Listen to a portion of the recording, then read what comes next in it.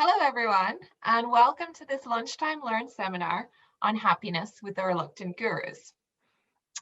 In this talk, we will be exploring what happiness is, including what it isn't, why happiness is important, and how to foster a happiness routine that works for you, hopefully starting you on a journey towards living a more happy, fulfilled life. We'll also be taking part in some activities to help you connect to your inner happy. So make sure you have some pens, pencils, and paper available to take part. So we are the Reluctant Gurus, a little bit about us, a creativity and well-being company that has been running for about a year and a half. And we teach workshops on how to live a more creative, holistic, happy, and well life, no matter who you are or what your experience is with creativity. So first off, I'm Anya, and I'm a communications professional who has worked in both the private and governmental sectors in various countries around the world. I've lived in Paris, Thailand, Vietnam, and of course, Ireland. And I personally believe that creativity is for absolutely everyone.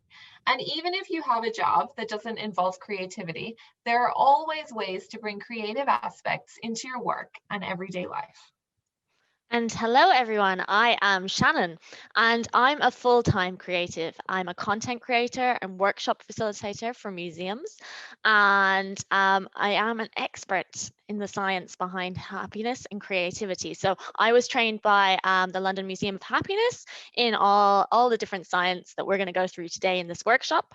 And yes, so what is happiness is going to be the very, very first thing that we're going to look at, because actually, there's lots of misconceptions about what happiness is. So I want you to type into the chat anything that comes to mind when you think of happiness.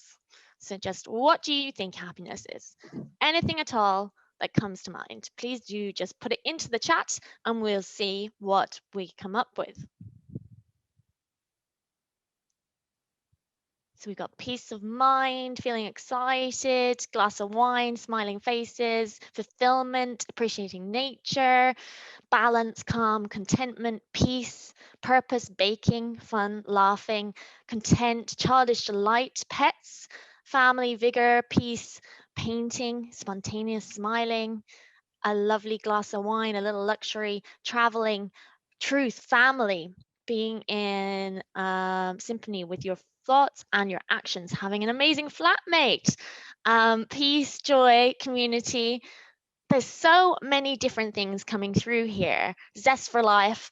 And most of these are actually really, really positive and wonderful things. So there's lots of ideas that we already have in our head about what happiness is. And these ideas might come from our own personal experience, what makes us feel happy, or from our societal constructs, what society has told us happiness is. But a lot of what we believe about what happiness is actually wrong. So let's take a look and break that down a little bit. So society often tells us that happiness is a personality trait. So you can be a happy person if you display these particular elements of happiness, being joyful, positive, confident. And while that may seem quite obvious, this is a very harmful idea that we have in our heads about happiness, because it puts pressure on us to feel happy 24/7. Otherwise, we're failing. Now, this is really harmful, and it puts pressure on people to behave in a certain way, which can lead to stress, resentment, and ultimately unfulfillment. Happiness is also taught to us as an achievement. It's something we are going to get at the end of a goal or a project. This idea about happiness tells us that it's always out of reach, because if we rely on an idea of happiness that's always in the future, that is where it will remain. We'll never be truly happy. Once we achieve something, we'll be looking to the next goal. Social recognition as well is something that a lot of people associate with happiness. Being recognized, applauded for your achievements. This is really, really bad, as it encourages us to compete for happiness like it's a finite resource, and have our internal happiness rely on external resources. So it comes from a place of lack. If we are not the best, then can we ever be happy? Accumulation is a big one as well. You see on the screen there, a lovely house. Whether it's wealth or things, society tells us that the richer we are, the more happy we will be. And up to a point, actually, scientifically, this is true. But beyond a comfortable wage, science shows us that our happiness does not increase proportionately. And if you think happiness is always having the best, there will always be something else that you need, because that is how capitalism works, my friends. There's also sticking to the rules or milestones. So happiness could be ticking things off a list, isn't it? That's what society says anyway. If you're not married by the time you're 30, if you haven't gone to university, if you don't own a house, having a good wage, these are all things that will leave you feeling less than happy if you haven't ticked them off your list. So I don't need to tell you why that one is counterproductive. Miss a milestone and you will ever be doomed to depression. And lastly, another idea that's quite commonly associated with happiness is busyness. We've all done it. You've been asked by a colleague, how was your weekend? Oh, I was rushed off my feet. I had such a good time. I was doing X, Y, Z, followed by amazing lists of accomplishments, such as it flew by. But of course, rather than making you feel better being busy, it leaves you feeling very, very drained, exhausted, less happy. Because if someone else has done more than you, then of course you're not going to feel very fulfilled, are you? So these are just some of the examples of ideas about what happiness is that are wrong and damaging for our mental health. And the worst thing is that these ideas play into our genetic dispositions, which we'll find out a little bit more now from Anya. So there are many things that stop us from being happy almost every day of our lives. And these are survival of the fittest. So survival of the fittest is a phrase that originated from Darwinian evolutionary theory as a way of describing the mechanism of natural selection. The biological concept of fitness is defined as reproductive success. In Darwinian terms, the phrase is best understood as survival of the form that will leave the most copies of itself in successive generations. Survival of the fittest gets us to compete with one another, to always want the best. Because in the past, we had to compete for resources. And if you managed to have the best, it meant you had more chance of literally surviving. And then there's negativity bias. So the negativity bias is our tendency not only to register negative stimuli more readily, but also to dwell on these events. Also known as positive-negative asymmetry, this negativity bias means that we feel the sting of a reboot more powerfully than we feel the joy of praise.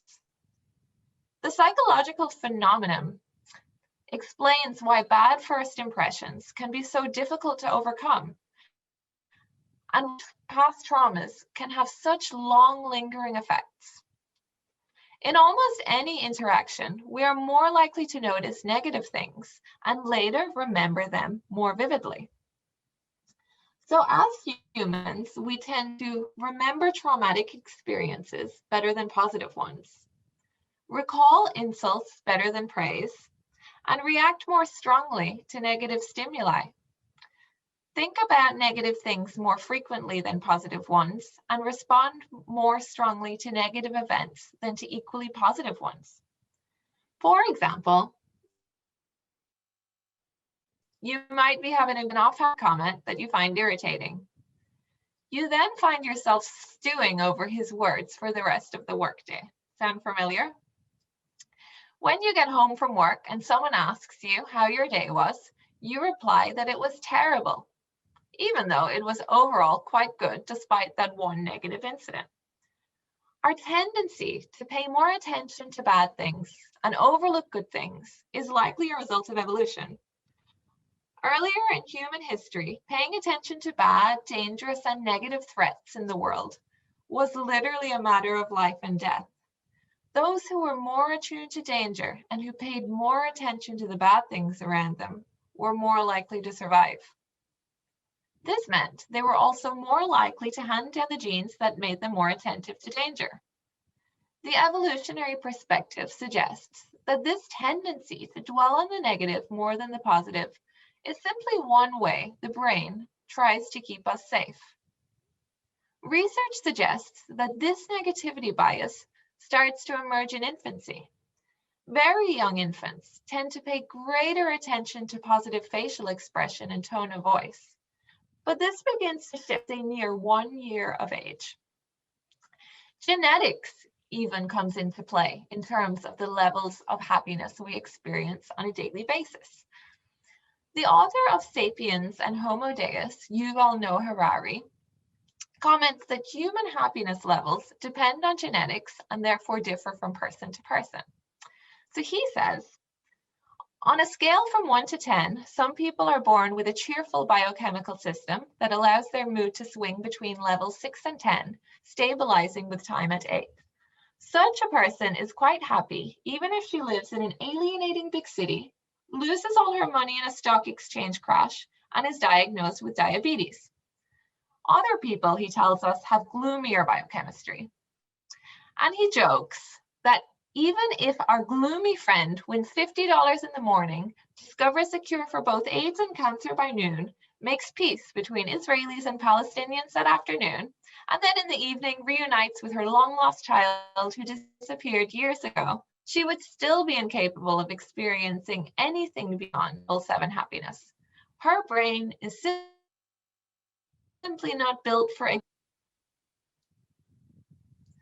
So, a big part of the confusion we feel with happiness is that we have been taught all these misconceptions, while at the same time we're battling against our genetic predispositions to attain it. But what is happiness then? As this quote from Matthew Ricard, the author of Happiness, states, happiness is a state of inner fulfillment, not the gratification of inexhaustible desires for outward things. It is not just a pleasurable sensation, it is a deep sense of serenity and fulfillment, a state that underlies all emotional states and all the joys and sorrows that can come one's way. So if we are to pick out core messages from that, we would get something that is a state of fulfillment, a pleasurable sensation, and something that is constantly present, even when we feel otherwise. And good news, these are things that can be learned, practiced, and honed. So let's start to break this down so that you can actually create your very own happiness habit. First, we're going to look at how to achieve that state of fulfillment and pleasure. According to science, there are 2 types of happiness. So it's hedonic, which is pursuing pleasure. It's that typical rock and roll, feel good factor, maximize joy, minimize pain. You're going after the experience of happiness. And then there's eudaimonic, and this is to do with a sense of meaning, using your strengths and helping others. So it may be things like getting that sense of fulfillment from having a family or pursuing a certain career, different things like that. And the core to being happy is, of course, to balance the 2. So happy chemicals as well, you've probably heard of these. These all come into play in terms of balancing your happiness in your daily life. So underlying this, you have your body's genetically predisposed happy chemicals. You have dopamine, which is reward-based. This is goals and accomplishments, and it gets released when you do things like even go on social media and you get a like. Oxytocin, so this is what you get from bonding with someone. When you have a big hug, you have eye contact, you're with your pet, then you get a lot of oxytocin from this. Serotonin is about meeting your needs. So do you have enough sunlight? Do you have enough sleep, enough food? Then you get serotonin. And endorphins, of course. So this is kickstarted when you do exercise, and also beneficial stress. So we all know, for instance, what I'm doing now, public speaking, a lot of people might feel a big surge of stress just before they speak in front of people. This is beneficial stress. It helps you. They say, there's that saying that it actually helps you perform better. So to cultivate happiness, what do we need to do? We need to design a happy routine that taps into all of these different things. So I've got them on the screen there for you now. So, happiness is not a one size fits all box. I'm not going to say to you, make sure you do these things and you'll be happy. What you're going to do is you're going to look at what's on the screen here. I'm going to go through them again for you just to remind you. I want you to grab a pen and some paper, and I want you to jot down beside each of these headings a couple of things that come to mind that you enjoy doing. Because if you give yourself something in your routine that you don't enjoy, someone else might really enjoy it. Someone might enjoy having a bath, for instance, but someone else might hate having baths because actually they get really cold, they don't like sitting in the bath for too long, they get restless. Some people love beach holidays, they love lounging on the beach in the sun. Other people, again, get restless, they want to be up, they want to be seeing things. So you really need to tailor this to activities that speak to you. So let's go through them again. So like I said, just write down these headings that are on the screen here. Jot down a couple of things beside each of them that you enjoy. So the first one is the hedonic pleasures. So these are the things that really give you that rock and roll feeling. Anything that makes you feel pleasure or fun, can make you feel joyful. But it's also important to remember that it can be something that intrinsically gives you a valuable experience, like reading a really good book. You can still get that hedonic pleasure from that when you finish a book and you get that rush. So then we have eudaimonic, and this is the family, the personal development, the learning, the growing, the career, the fulfillment element. So what makes you fulfilled in your daily life? What drives you? What's your reason for getting up in the morning is also a good question to ask yourself there. Then you have your dopamine, your reward-based happiness. So a goal, an accomplishment, an achievement, something that you're working towards. So this can be something small. It doesn't have to be a massive goal. It doesn't have to be a career-focused goal or something that's going to take you years to achieve. It could be something like, oh, I'm learning a new language, and every day I'm going to spend 5 minutes working towards this. And when you've done your 5 minutes, you're going to get your boost of dopamine. Then oxytocin. So this is the bonding, the hugs, the eye contact, the animals. What can you do in your daily or weekly routine to maximize this? So with the people you are at home with, maybe if you have a pet, you can spend more time with your pet. If you're living by yourself during this time, eye contact is another one, which you can get very easily over things like this, over Zoom. Serotonin then, so this is meeting your needs, so making sure you get your 8 hours sleep a night if that is one thing that makes you feel good. Your sunlight, making sure you get out for a walk at lunchtime. And your endorphins is the last one, so your exercise and your beneficial stress. What situations can you put yourself in to activate these? So we do have people in the chat saying doing something you like, learning new skills to keep the mind active. Yes, definitely so. So make sure you've got something for each of these. I'm just going to give you another few seconds. Do share some in the chat if you want to.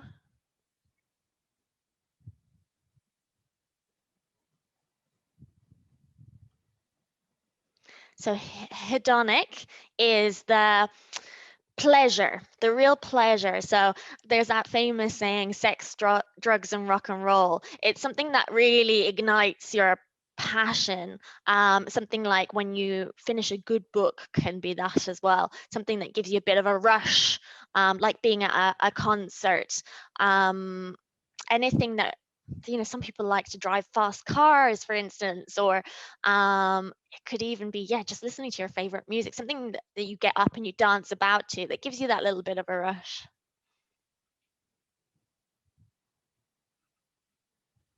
No problem at all. And eudaimonic, this is again the fulfillment. So something that gives you a reason for getting up in the morning? Something that is either, it could be a career-based thing. Do you really love to help other people? Does that really satisfy you? It could be your family, could be your reason for doing what you do.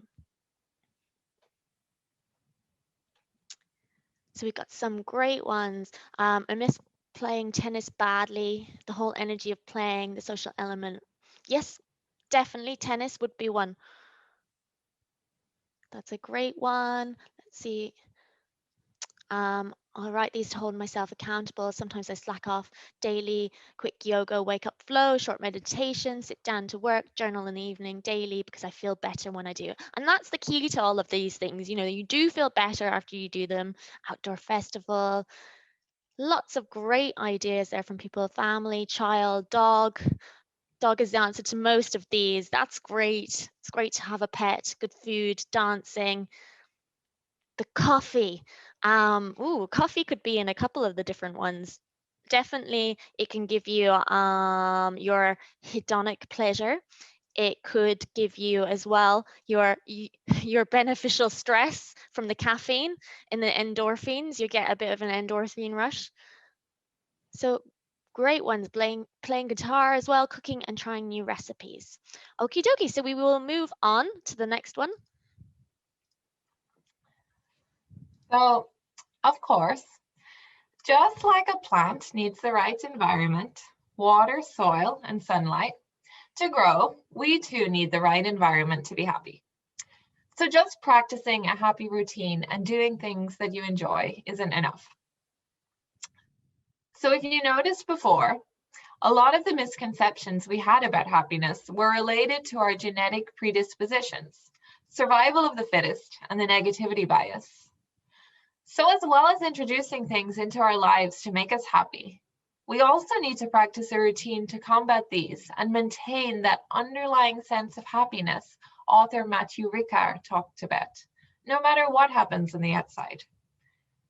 We need to work on adjusting our attitudes in order to provide a fertile environment for us to be able to facilitate happiness. So 3 ways to do this are practicing gratitude. So that's being focused on what's right rather than looking for what's wrong, and focused on here rather than there. Practicing mindfulness. So being in the present moment rather than focusing on a goal or the future or a past event. And practicing self-compassion. So being kind to yourself and others, noticing self-criticism and actively working to change it. So for this section, we are gonna trial a couple of these practices just very, very quickly now to sort of introduce you to them. But the idea is that you'll find one that works for you after this. You sort of go on and do a little bit of digging to see how you could fit these 3 things into your daily routine, because all the other stuff is great, but if you don't have, like Anya was saying, that fertile environment, then you're not going to be able to keep up your daily happiness routine. So the very first one is self-compassion.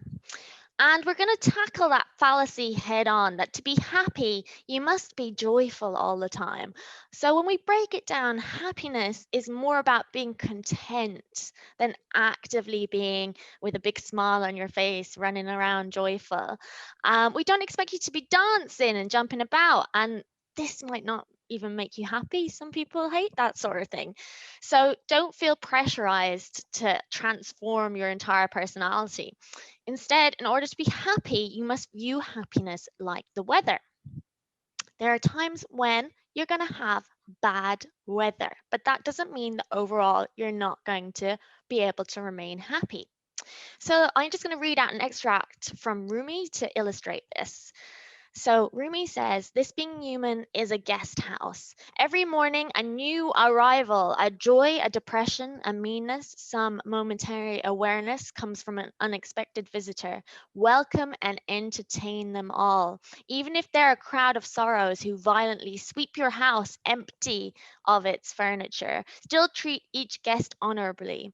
He may be clearing you out for some new delight. The dark thought, the shame, the malice, meet them at the door laughing and invite them in. Be grateful for whoever comes because each has been sent as a guide from beyond. So, for this exercise, I'm going to ask you all to put in the chat, what is your internal weather today?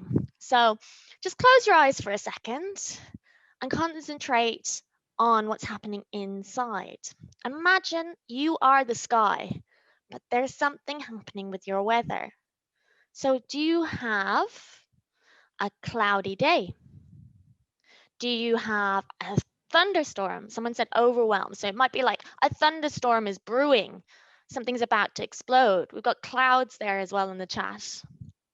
Could be sunny, cloudy, but sun coming out. I love that, Christina. That's great. So you can see cloud with rain at all times, snowy, heavy rain, calm, thunderstorm, distracted, cloudy. So maybe lots going on there, maybe a bit of wind as well. Bit of fog here, electrical storm. Oh, lots of tension, different things happening there. Sunny, but threat of storm. Foggy, busy, so lots going on there as well for that person. Clear blue skies, cloudy and hidden sun behind the clouds. Sunny, but had a very cloudy and rainy week, and storm. Lots of great weather going on there.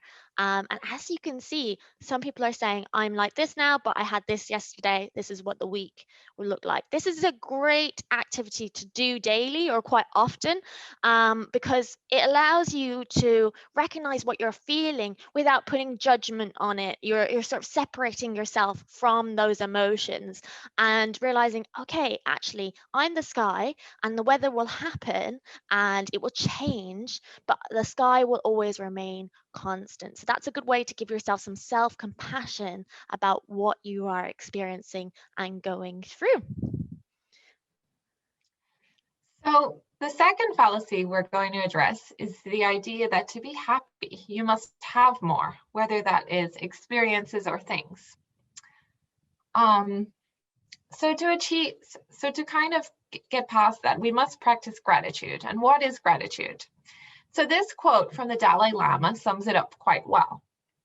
Inner contentment doesn't come from having all we want, but from wanting and appreciating being grateful for all we have. So it's recognizing that we have enough and actively saying thank you for it daily. A gratitude practice is great because it helps us in many different ways.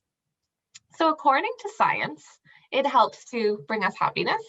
So through research by Robert Emmons, world gratitude expert, and many other scientists, practicing gratitude has proven to be one of the most reliable methods of increasing happiness and life satisfaction.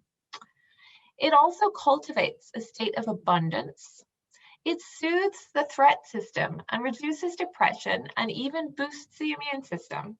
It lowers blood pressure, reduces symptoms of illness, and makes us less bothered by aches and pains. It encourages us to exercise more and take better care of ourselves and our bodies. It brings you into the present moment as you're concentrating on what you have rather than what you want. Grateful people sleep better. So according to UCLA's Mindfulness Awareness Research Center, regularly expressing gratitude literally changes the molecular structure of the brain, keeps the gray matter functioning, and makes us healthier and happier. Wow. So there are many ways you could practice gratitude.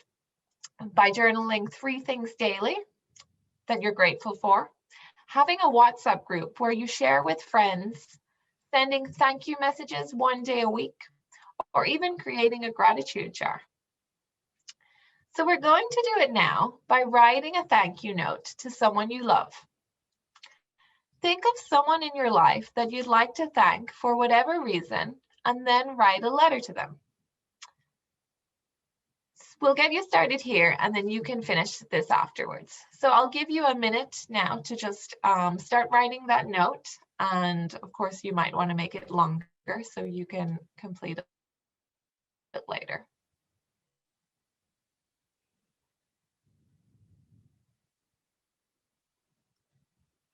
Kirsty says in the chat, I share with 3 friends daily, 3 gratitudes. It's a lovely practice, and they send me theirs back.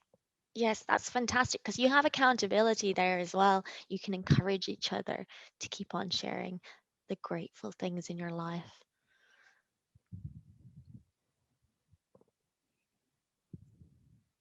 So just think of a person that you want to thank.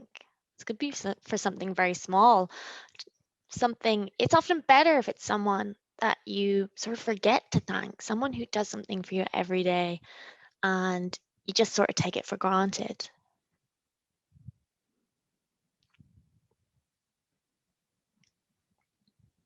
So we'll move on from that there. And of course, if you're after the webinar, you can complete your thank you letter. And it'd be lovely if you give your letter to the person who you wrote it to. So finally, we're going to focus on cultivating a present state of being. There's a fallacy that to be happy, you must be focused on the future, doing and achieving goals. So when we break this down, happiness is not about the future, it's about the journey.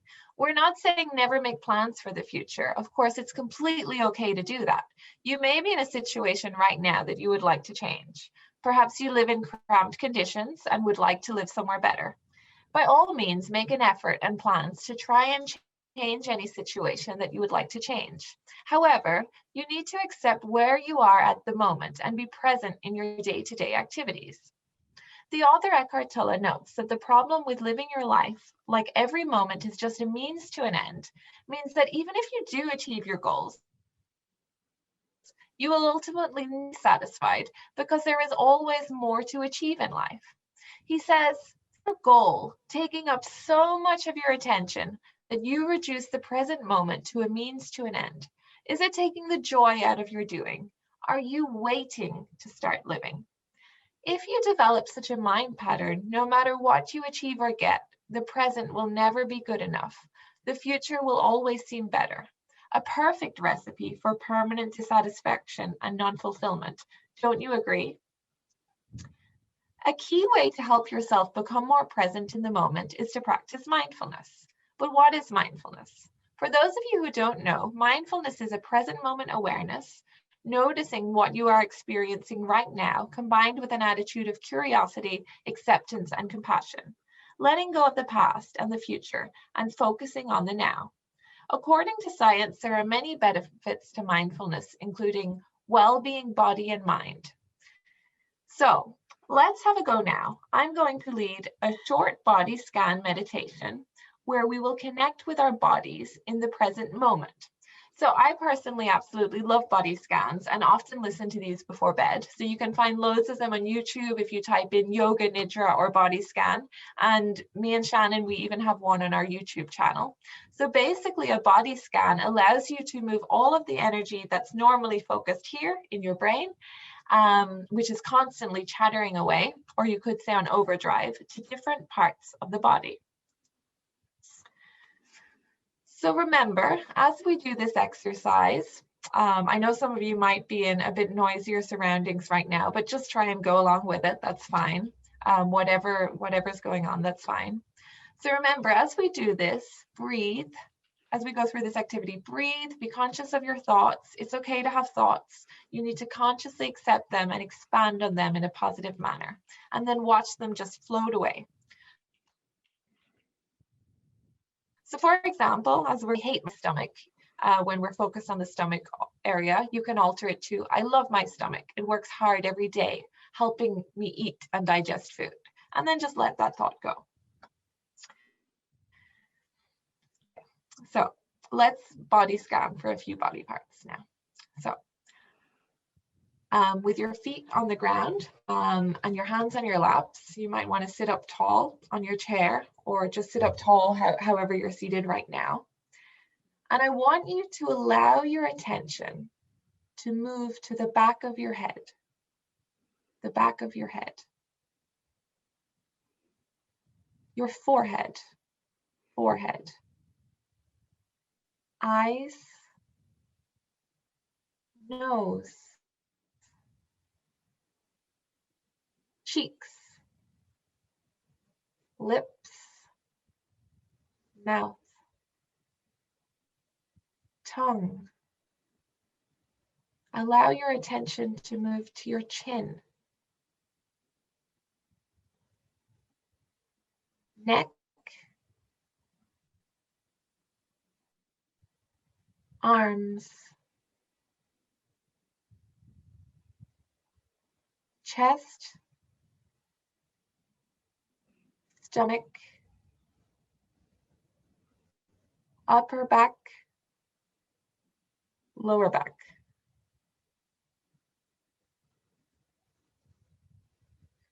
I'll bring you back to the room now.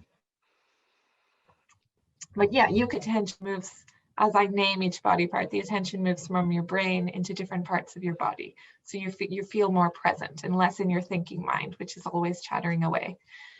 So the best way to incorporate mindfulness into your routine is to think of an everyday scenario where you can be mindful as well. So washing the dishes, drinking coffee, going on a walk, eating dinner, etc. So just to finish up now, because we're just out of time. In summary, remember, happiness is not a personality trait. It's not being joyful, bubbly, confident. It's not an achievement. It's not completing goals. It's not social recognition, being lauded. It's not accumulation, having wealth or things. It is not independence, owning a property, being a manager. It is not busyness, being always busy. Let's go back to what we had earlier here, these headings, this sheet of paper that you've written down, all the different things that you can use in your daily life to help you live a more happy life. And just add to the end of it those 3 things that we have just run through there. So this is the self-compassion, the gratitude, the mindfulness, and make sure that you find ways to incorporate these 3 things into your daily or weekly routine, as well as everything else that you've identified earlier. Don't overwhelm yourself. Just try with 1 or 2 things, and then maybe introduce 1 or 2 things more and go from there. So that is us. Thank you so much for joining us. And we've just put on the screen here all our details again. Please do drop us a line, give us some feedback on Facebook, we're on Instagram, YouTube. You can catch us on there. We do have some free activities on our social channels as well that you can do, meditations and different things. I'm so glad that you enjoyed it. I see some wonderful messages in the chat here. So thank you so much, everyone, for joining us.